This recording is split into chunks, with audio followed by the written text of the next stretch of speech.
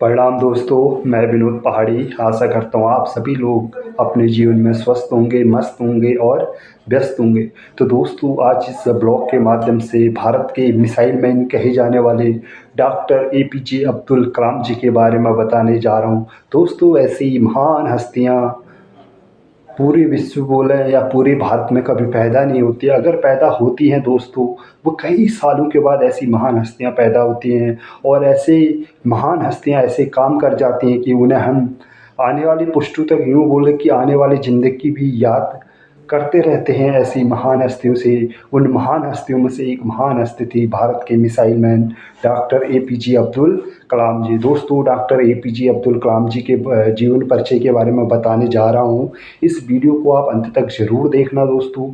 ये वीडियो आपको अच्छी लगती है, मेरे चैनल को सब्सक्राइब, लाइक, कमेंट, शेयर ज़रूर करें। जिससे क्या होगा दोस्तों, मुझे थोड़ा और मोटिवेशन मिलेगा, जिससे मैं और अच्छी वीडियो अपलोड करते रहूँगा और आपको इस प्रकार की वीडियो से आपको जानकारी देते रहूँगा। तो दोस्तों, सबसे पहले मैं मिसाइल मैन कहे जाने वाले डॉक्टर एपीजे अब्दुल कलाम जी की जन्म के बारे में बताना चाहूँगा। दोस्तों, एपीजे अब्दुल कलाम जी का जन्म 15 अक्टूबर 1931 को तमिलनाडु के रामेश्वरम में हुआ था। दोस्तों, एक मुस्लिम गरीब परिवार में इनका जन्म हुआ था।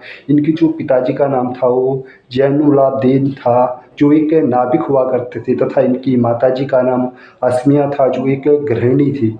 अगर दोस्तों इनके परिवार की बात करूँ तो इनके परिवार में 4 भाई-बहन थे, जिनमें 3 भाई और 1 बहन थी और अपने परिवार में सबसे छोटे एपीजे अब्दुल कलाम जी थे। दोस्तों, अगर मैं एके अब्दुल कलाम जी के परिवार की बात करूँ तो उनके परिवार की स्थिति बहुत ख़राब थी। तो उस समय एपीजे अब्दुल कलाम जी बचपन में ही अपने घर की स्थिति को सुधारने के लिए दोस्तों अखबार बेचा करते थे।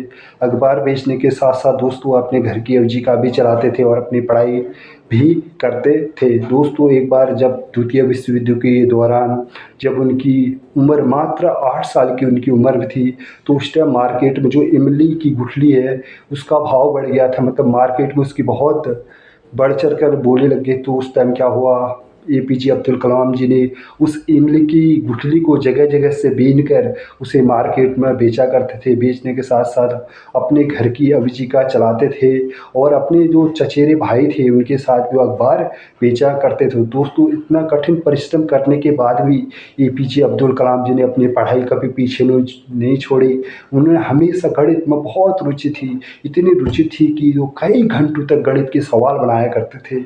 सवाल बनने के बाद दोस्तों उन्होंने अपनी पढ़ाई जारी की। जारी करने के साथ-साथ उन्होंने अपने ग्रेजुएशन की पढ़ाई की। साल 1954 में उन्होंने सर्वपल्ली कृष्ण स्कूल से ही अपनी ग्रेजुएशन की पढ़ाई की। पढ़ाई करने के बाद दोस्तों वह मद्रास चले गए। मद्रास जाने के बाद वहाँ उन्होंने एक इंजीनियरिंग कॉलेज में दाखिला लिया। दोस्तों, अगर मैं एपीजे अब्दुल कलाम जी के वैज्ञानिक करियर की बात करूँ तो एपीजे अब्दुल कलाम जी ने जब साल 1960 में जब अपनी इंजीनियरिंग की पढ़ाई पूरी की। पढ़ाई करने के बाद दोस्तों एक भारत के एक ऑर्गेनाइजेशन से एक वैज्ञानिक के रूप में जुड़ गए। वैज्ञानिक में जुड़ने के बाद दोस्तों एक डीआरडीओ के सदस्य बने। सदस्य बनने के बाद दोस्तों इन्होंने इसरो में भी काम किया और इसरो में इन्होंने कई उत्कृष्ट काम किए। काम करने के बाद दोस्तों यह साल 1998 में पोखरण परमाणु परीक्षण के दौरान इन्होंने बहुत महत्वपूर्ण भूमिका निभाई और इसरो में भारत के अंतरिक्ष में भी इन्होंने मिसाइल बनाने में बहुत महत्वपूर्ण भूमिका निभाई,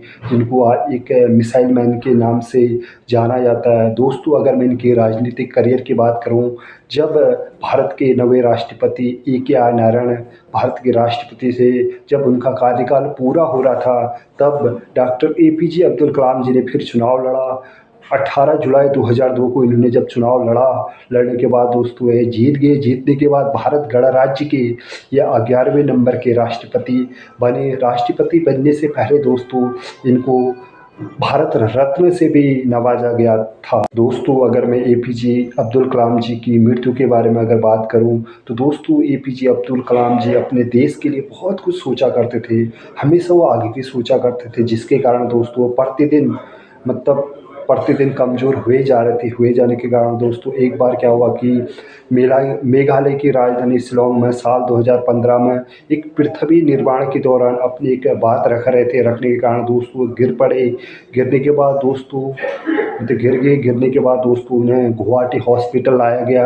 गुवाहाटी के बाद वहाँ से दोस्तों उन्हें दिल्ली रेफ़र किया, जहाँ उन्होंने अपनी अंतिम सांस ली दोस्तों। उसके साथ साथ दोस्तों भारत ने एक अपना महान वैज्ञानिक, या बोला महान मिसाइल मैन, या फिर बोला भारत एक महान राजनेता खो दिया दोस्तों। आज भी उन्हें एक मिसाइल मैन के नाम से याद किया जाता है, और आने वाली पीढ़ी भी डॉक्टर एपीजे अब्दुल कलाम जी को एक मिसाइल मैन नाम से ही जाने। दोस्तों आज के इस वीडियो से, एपीजे अब्दुल कलाम जी की इस वीडियो से हमें यही सीख मिलती है कि एक गरीब परिवार के डॉक्टर एपीजे अब्दुल कलाम जी अपने परिवार के आर्थिक सही नहीं होने के बाद भी भारत के एक सर्वोच्च पद पर बैठना बहुत बड़ी बात थी, जिन्होंने अपने जीवन में बहुत विभिन्न प्रकार का संघर्ष किया।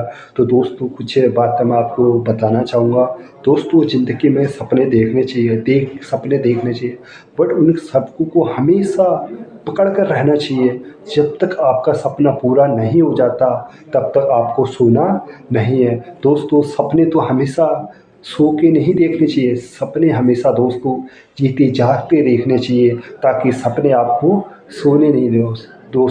दोस्तों एक बात और कहना चाहूँगा, हमेशा अगर आपको खुश रहना है तो हमेशा खुश रहने का एक ही मंत्र बताऊँगा आपको मैं दोस्तों। अपने आप पे विश्वास रखना, दूसरे पे कभी विश्वास नहीं करना, और अपने आप को, अपनी योग्यता या अपनी क्षमता को पहचानना खुश रहने का सबसे बड़ा मंत्र वही है दोस्तों।